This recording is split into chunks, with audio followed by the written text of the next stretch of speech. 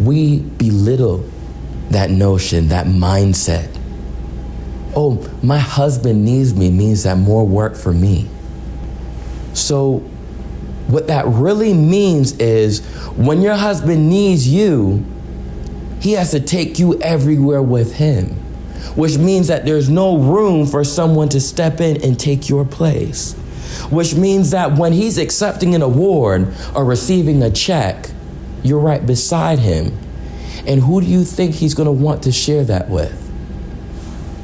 The one who's helped them the most. The husbands can't give honor to anything that's not working. Try it. So how do we give honor unto our wives when they're not doing something worthy of honor? And we have to take that with a grain of salt because men can be very judgmental, right? Just because they're not moving the whole house doesn't mean they're not doing something worthy. Humble yourselves, men.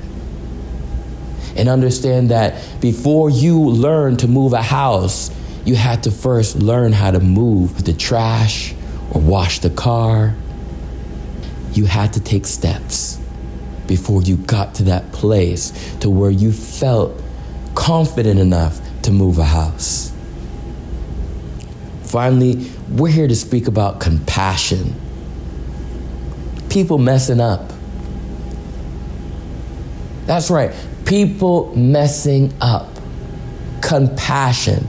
You didn't mess up, but what did you do to help the situation? What did you do to halt the situation? Could you look back and say, Pastor, I was absolutely perfect.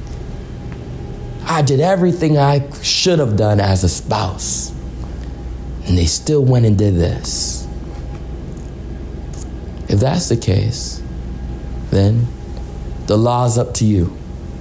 But again, compassion. Especially within you men, compassion. Why? Because we like to do everything.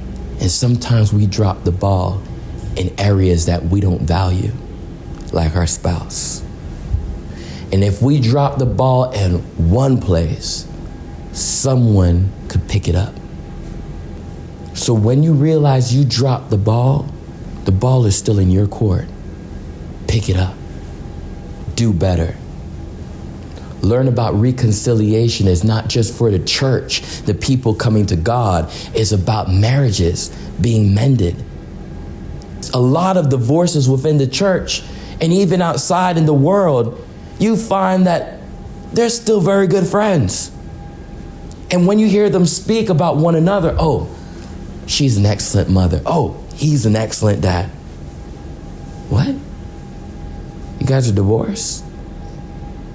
But you speak so highly of one another. Oh, but we can't work together. Comes back to role. When women want to overrun the men because maybe they make a little bit more money.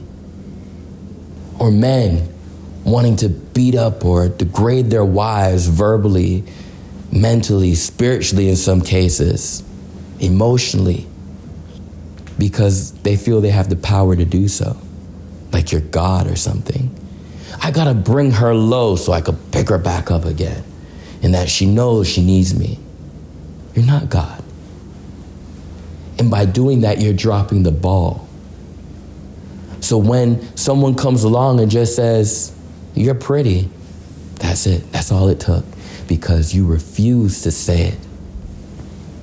When you realize something so small can mess up something that you took years to build, it's your fault.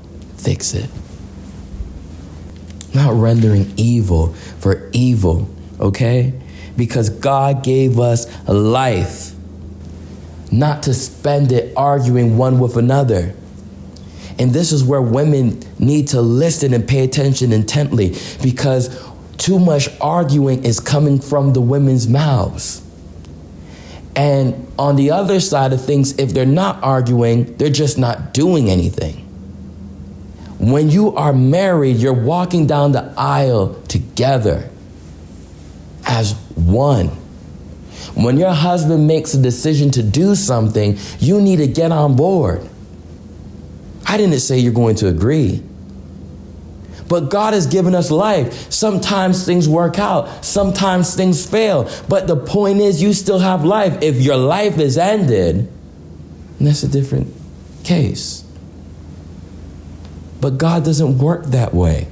He doesn't want you to live in that type of fear. He wants you to try. He wants you to improve yourself. How do you do that? By staying in the box that you're living in? No, by stepping out, journeying out into new places. Look at Abraham. Look at Isaac. Look at Jacob. Did they stay in the place of comfort? No, they journeyed to places that they didn't know.